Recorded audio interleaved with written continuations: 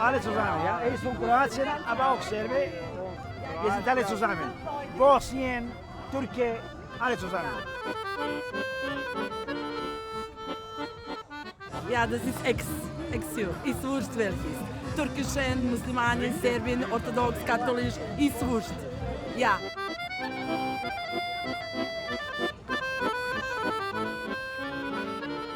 Serbien, Kroatien, Bosnien.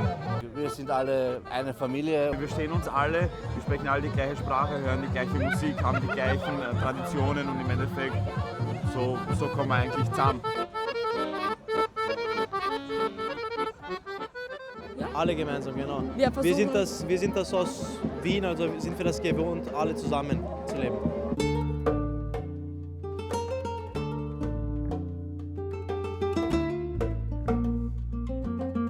Wien ist nicht nur seit Jahrhunderten das Herz Europas, sondern auch tief mit dem Südosten des Kontinents verbunden. Für die Menschen des westlichen Balkans war und ist die Donaumetropole ein Ort von besonderer Bedeutung. Schon zu Zeiten der Monarchie war Wien die akademische und intellektuelle Hauptstadt der Südslawen, das Fenster nach Europa. Als Treffpunkt der südslawischen Intelligenzia spielte Wien eine entscheidende Rolle bei der Entstehung des jugoslawischen Gedankens. Josip Broz Tito, der spätere Gründer und Staatspräsident des sozialistischen Jugoslawiens, hat 1913 in Wiener Neustadt bei Daimler als Probefahrer gearbeitet. Die Wochenenden verbrachte er schachspielend in Wiener Kaffeehäusern.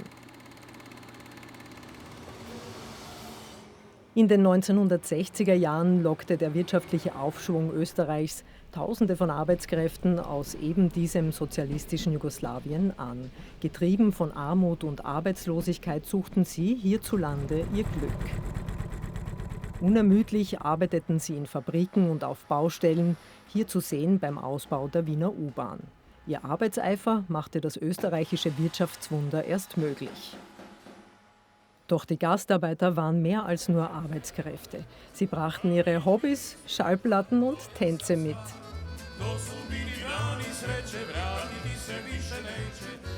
Ihre Nachkommen bilden heute einen wichtigen Teil der Wiener Bevölkerung und tragen maßgeblich zur Vielfalt der Stadt bei. Das Jugoslawien Titos kannten die meisten Österreicher nur aus dem Badeurlaub an der Adria.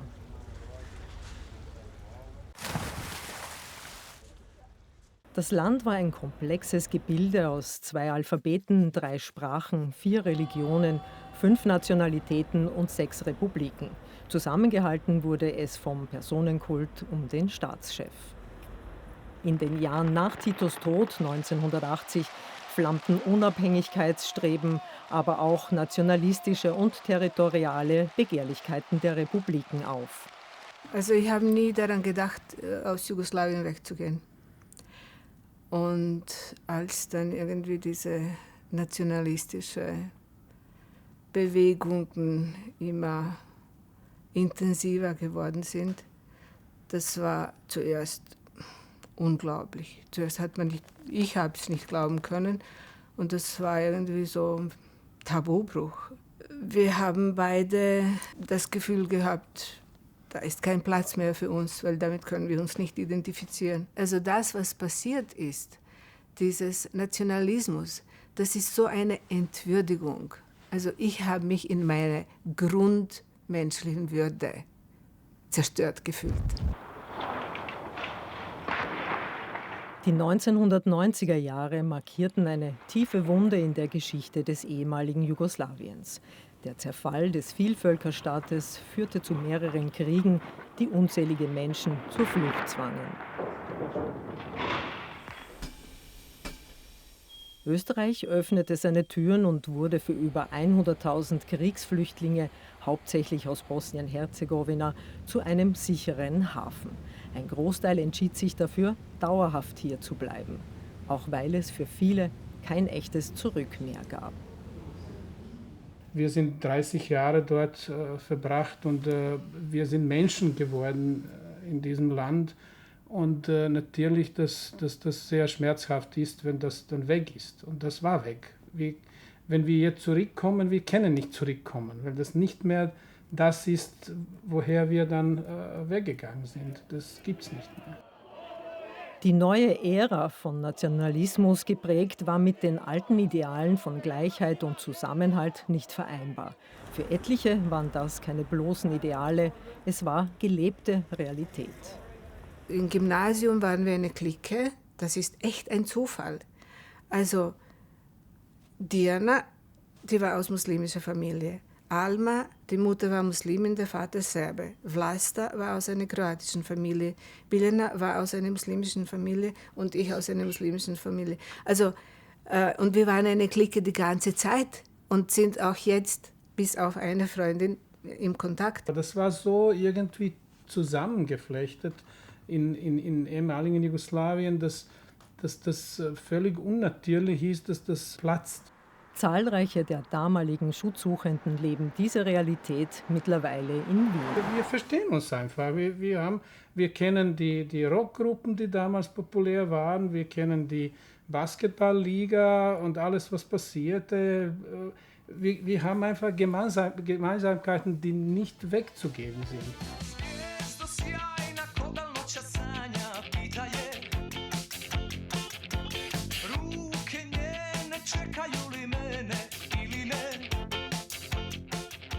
Gemeinsamkeiten stehen hier ganz klar im Vordergrund. Das Café SFRJ in der Wiener Märzstraße ist ein Ort, an dem das alte Jugoslawien am Leben gehalten wird. Schon der Name ist Programm. SFRJ steht für Sozialistische Föderative Republik Jugoslawien, die offizielle Landesbezeichnung unter Tito.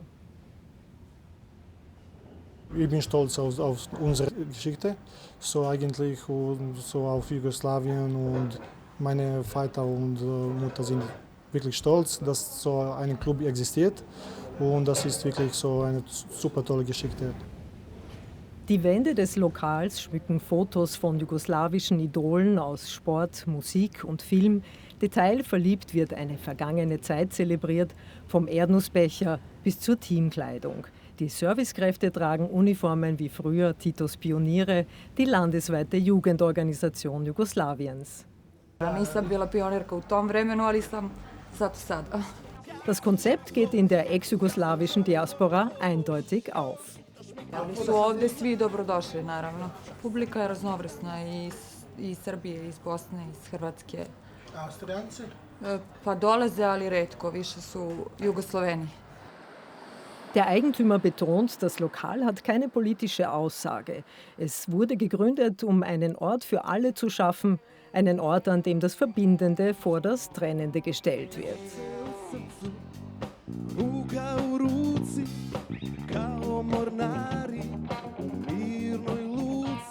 An 5 Abenden der Woche gibt es Live-Musik und volles Haus. Getanzt und mitgesungen wird zu ex-jugoslawischen Evergreens. Auch die Jungen sind textsicher.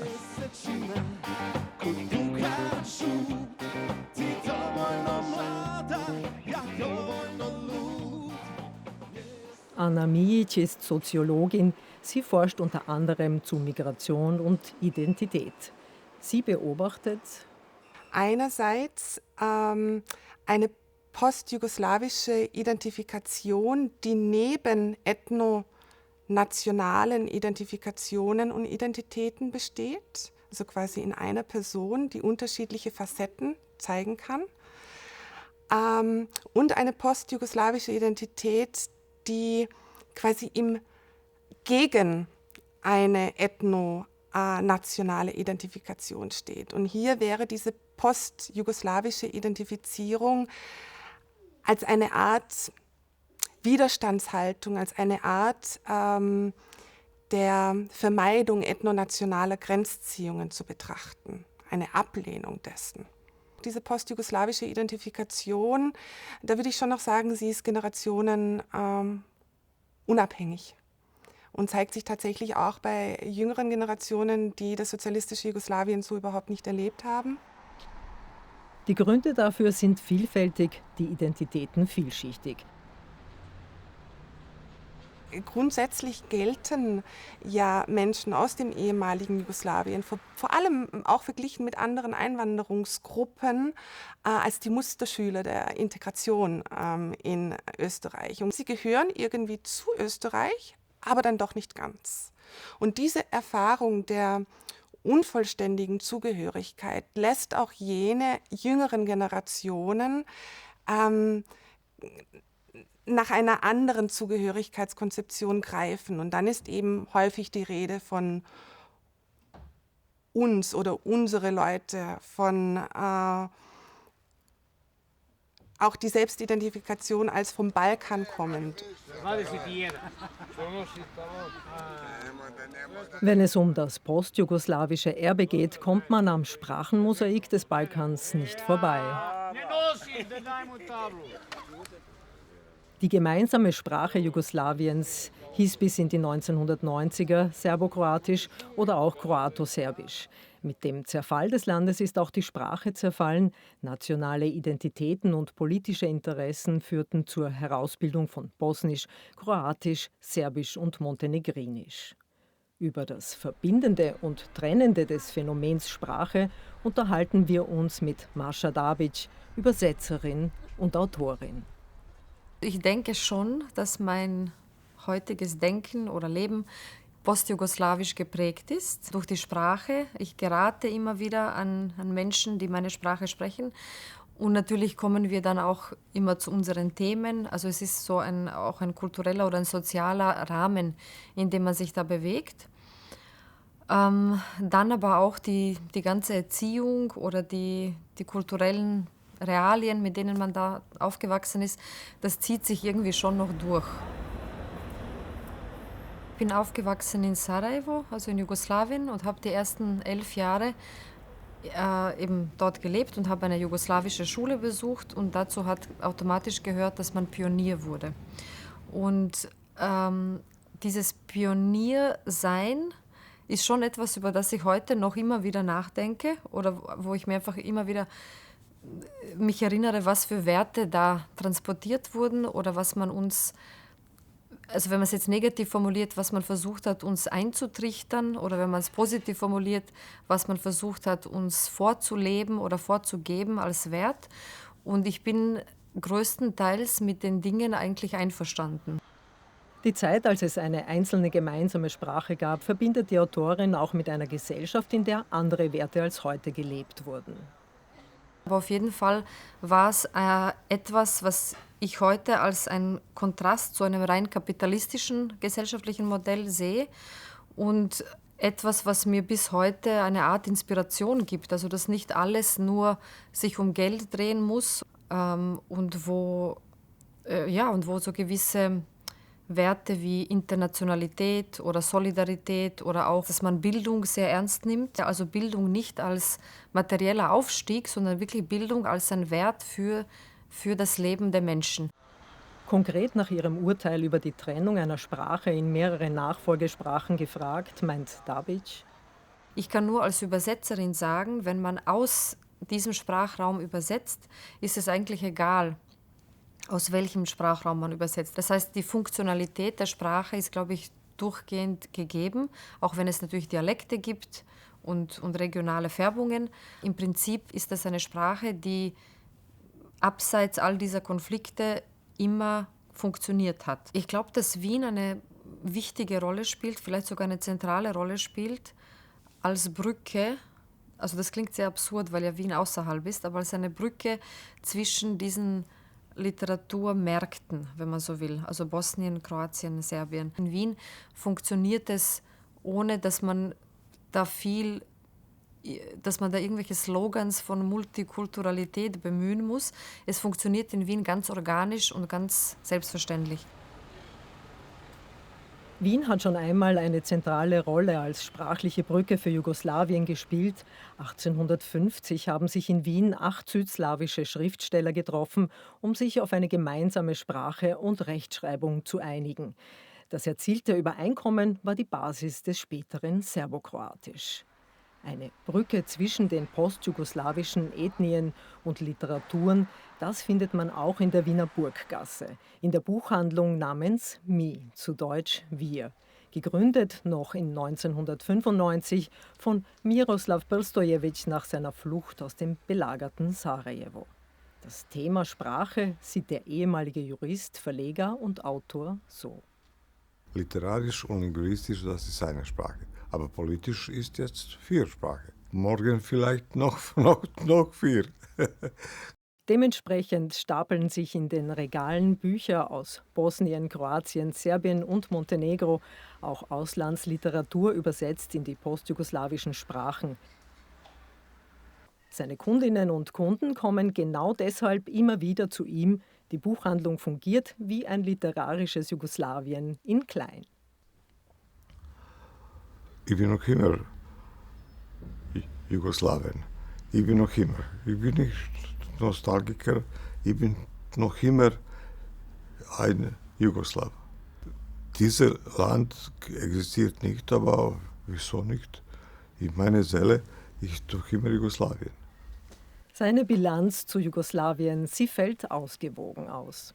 Jugoslawien war ein gutes Beispiel für die ganze Welt oder schlechte Beispiel für die ganze Welt.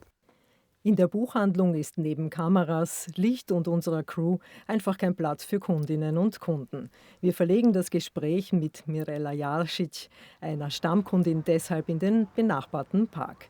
Sie bezieht ganz klar Stellung. Für sie ist die ethnisch motivierte Trennung von Menschen und Sprachen nicht annehmbar. Ich komme aus einer sogenannten Mischehe. Das heißt, mein Vater war Bosniak, theoretisch Muslime, aber kein Ausübender. Er war nicht religiös. Meine Mutter ist bosnische Serbin, das heißt serbisch-orthodox. Religion hat in unserer Familie überhaupt keine Rolle gespielt und auch die Ethnien. Also das war mir bis zum Schluss eigentlich überhaupt nicht klar, was wir sein sollen als Kinder, als Familie. Auf die Unterschiede zwischen den Nachfolgestaaten Jugoslawiens und Wien angesprochen, meint Jaršić: Ich glaube, unten, wo auch immer das ist es nach 1995 extrem schwierig geworden, weil zum Teil die Generationen, die nach dem Krieg zur Welt gekommen sind, wesentlich radikaler nationalistisch sind, als es wir unter Anführungszeichen im Krieg waren. Und in Wien ist es nochmal anders, weil viele Menschen hier in einem Boot sitzen. Also wir sind hier ja sowieso alle Ausländer. Insofern vereinigt uns das bis zu einem gewissen Grad. Es gibt zwar Bosnisch, Serbisch, Kroatisch, BKS, aber im Prinzip sprechen wir Nasch. Das heißt unseres, also unsere gemeinsame Sprache. Die gemeinsame Sprache möchte sie auch an ihre Tochter weitergeben. Sie spricht perfekt Deutsch, ihr BKS ist mau. Sie versteht alles, hat einen österreichischen Akzent, wenn sie Bosnisch spricht oder eben BKS spricht. Ich hoffe, dass sie es besser sprechen wird im Laufe der Zeit und setze das schon sehr drauf, dass sie auch die Möglichkeit bekommt, auch in der Schule BKS-Unterricht zu bekommen. Und da zu merken, dass das in Ordnung ist, auch diese Sprache zu sprechen und jetzt nicht nur die Sprache der Kernfamilie ist, sondern eben auch wirklich eine Sprache, die gesprochen wird und die gelebt wird. Eine Besonderheit Jugoslawiens war die Arbeiter-Selbstverwaltung. Ein Versuch, eine neue Form des Sozialismus zu schaffen, in dem Arbeiterinnen und Arbeiter nicht nur produzieren, sondern auch mitbestimmen. Ein Experiment mit gemischten Ergebnissen, aber zweifelsohne ein Grundpfeiler der jugoslawischen Gesellschaft. Adnan Popovic ist Animationskünstler. In seinem aktuellen Projekt fokussiert er die Ermächtigung von Arbeiterinnen und Arbeitern in Ex-Jugoslawien. Zurzeit arbeite ich an einem animierten Dokumentarfilm über Kino 1. Mai, Kino 1. Mai. Das ist ein Kino in Sarajevo. Die Arbeiter und Arbeiterinnen haben sich selbst organisiert, haben gesucht, einen Ort, wo sie, keine Ahnung, kulturelle Veranstaltungen machen könnten. Und nach dem Zweiten Weltkrieg wird dort aus diesem Veranstaltungsort wird auch ein Kino gegründet. Aber dann ist das irgendwie mutiert, das Kino auch zu dem Kung-Fu-Filme später und auch zu dem ersten Pornokino am Balkan. Über die Arbeiterbewegung und ihre Errungenschaften wird in den Nachfolgestaaten bestenfalls geschwiegen. viele Sachen werden vergessen, insbesondere die Geschichte der Arbeiter und Arbeiterinnen im ehemaligen Jugoslawien. Das heißt, es gab es eine Leistung, diese Leute haben was geleistet und drüber wird sozusagen das wird sozusagen begraben und das wird nicht weiter erzählt. Das heißt, diese Geschichte gehört einfach, sie sollte erzählt werden. Die Leistungen und Ideale Ex-Jugoslawiens erhalten, das möchte auch dieser Chor mit dem kryptischen Namen 29. November.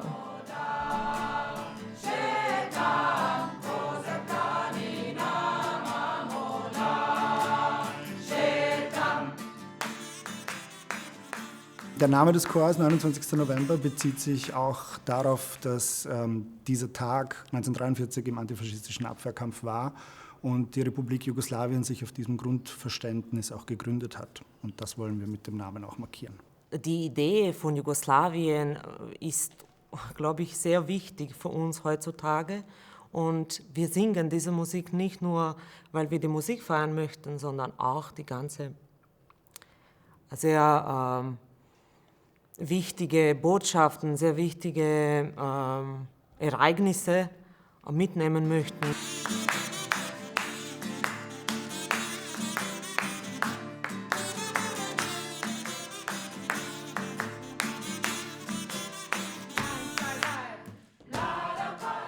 Wir singen mittlerweile Lieder auf 15 verschiedenen Sprachen. Wir singen grundsätzlich also Arbeiterinnenlieder, Lieder des Widerstands. Auch Lieder aus aktuelleren sozialen Konflikten, die derzeit auf der Welt passieren.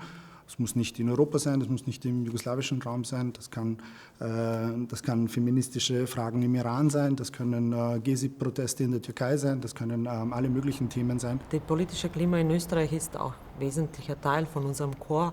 Wir versuchen, unser Repertoire auf die Straßen zu bringen und durch das Repertoire auch die alltägliche Thematik in Österreich zu beeinflussen oder uns dazu positionieren. Keinesfalls möchte man den realen Staat Jugoslawien unkritisch hochhalten. Wir zelebrieren den antifaschistischen Abwehrkampf, die Arbeiterinnen-Selbstverwaltung, die feministischen Fortschritte in der Gesellschaft, die Solidarität, die Ethnien und Religionen überschreitenden Prozesse, die es gegeben hat. Das heißt natürlich nicht, dass eben die hierarchische Struktur, die ich schon angesprochen habe, das Einparteiensystem, die durchaus auch manchmal Verfolgung von kritisch denkenden Menschen, die dem Staat in irgendeiner Art und Weise gefährlich werden konnten, dass man diese Dinge unbedingt belobhudeln und besingen muss. Das ist etwas, von dem wir uns distanzieren. Doch was ist denn schlussendlich von Jugoslawien übrig geblieben? Was ist Jugoslawien heute? Jugoslawien ist für mich Erinnerung von meiner Familie, von meiner engen Familie an die guten Zeiten. Was davon übrig geblieben ist, ist die Idee, dass man Gesellschaft anders denken kann. Ich finde, das ist noch immer das, wie es noch heute wirkt und wie man es in Wien spürt.